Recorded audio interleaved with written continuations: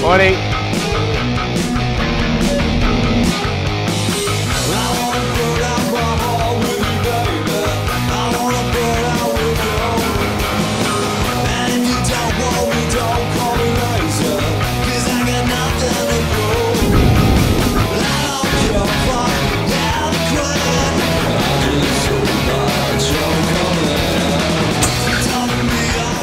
I've been kiteboarding now for about 7 years.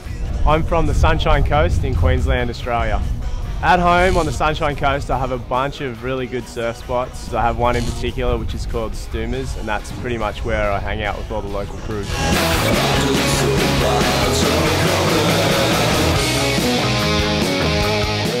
I got into kiteboarding by chance when I was living and working in the Motu Island in Fiji in 2000. A bunch of the Maui crew who were original windsurfers and surfers were just starting to get into kiteboarding, and they were all out having a great time, and they pushed me to get into it, showed me the ropes, and I was pretty much on my way from there.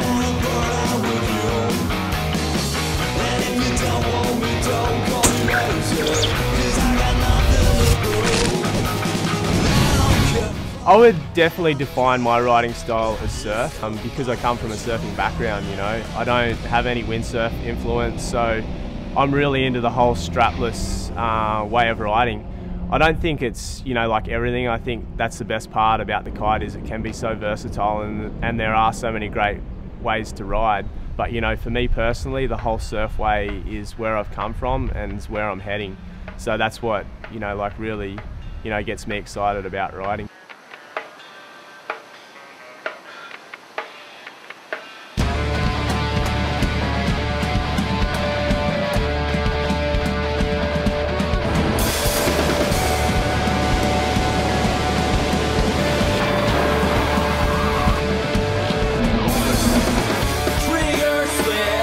The past year for me has been huge. I started off on my first ever film venture, and we shot that the entire year, and that was called The Unknown Road.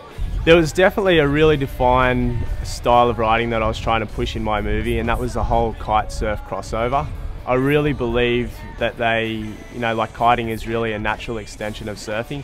I'm not trying to compare kiting to surfing, but just show it, you know, as an extension.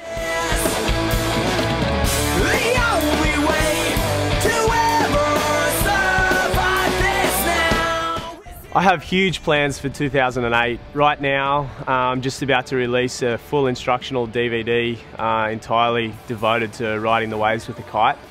Then we're straight into our next film, and that's, you know, the next step after The Unknown Road. But most of all, I'm just so stoked at the moment with riding the waves with a kite, and that's, you know, my focus. I just want to ride as much as possible and just try and progress what I'm doing, and hopefully get some surfers stoked on the sport and have it grow and develop in that direction.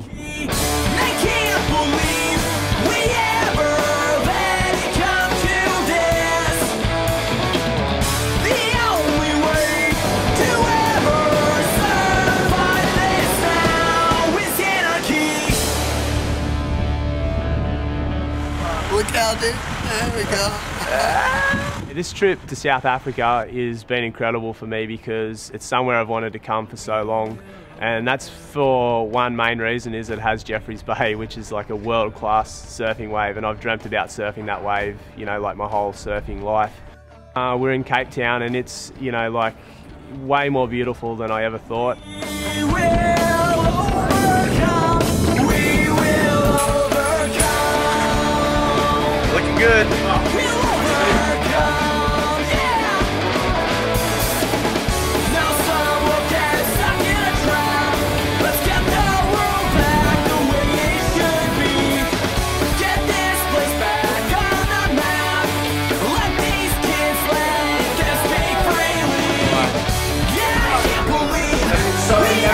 What is the deal beach?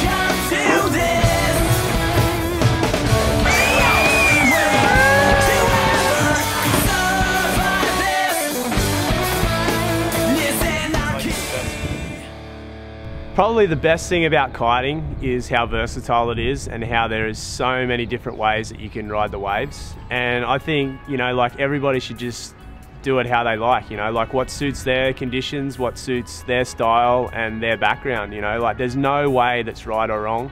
And as long as you're out there having a good time doing what you're doing, then that's what it's all about.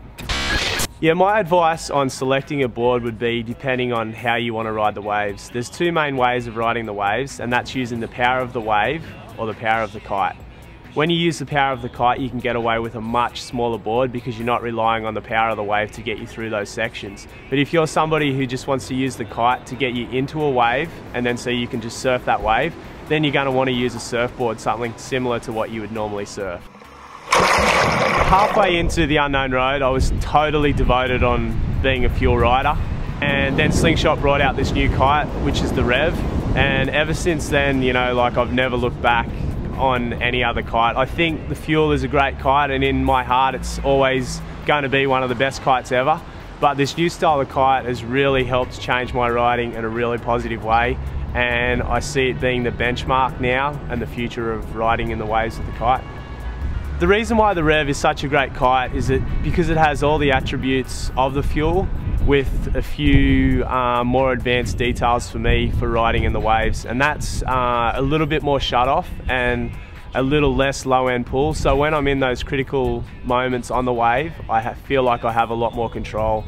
The other thing is its versatility. It's so efficient in all wind strengths and also all wind directions. So for me, it's just an all-round kite, and I think it's a huge advantage for when I'm traveling. Yeah, changing from the Fuels to the Revs has changed the size of my quiver in such a positive way. I'm pretty much running two kites now, which is an 11-7 combination, and for me traveling, it's perfect because when I get somewhere, it's either 11 meter or 7 meter, and you know, that's a big deal for me because I'm not going everywhere with a million kites, and I'm not getting confused on wind strength at certain places. That all I am is you again.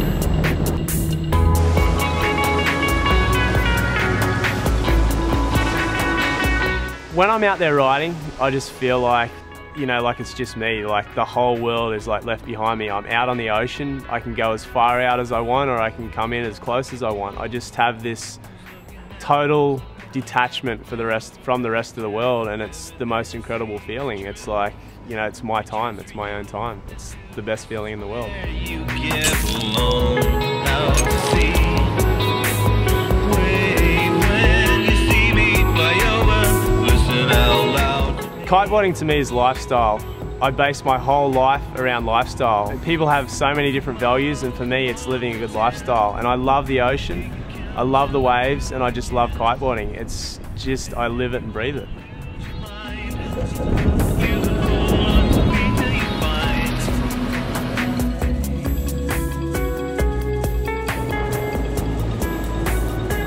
Hello, hello.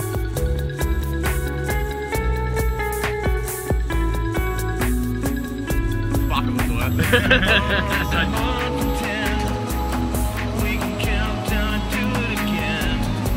For any more information on me or what I'm up to, go to my site, benwilsonsurf.com, and if you need any more information about gear, go to slingshotsports.com.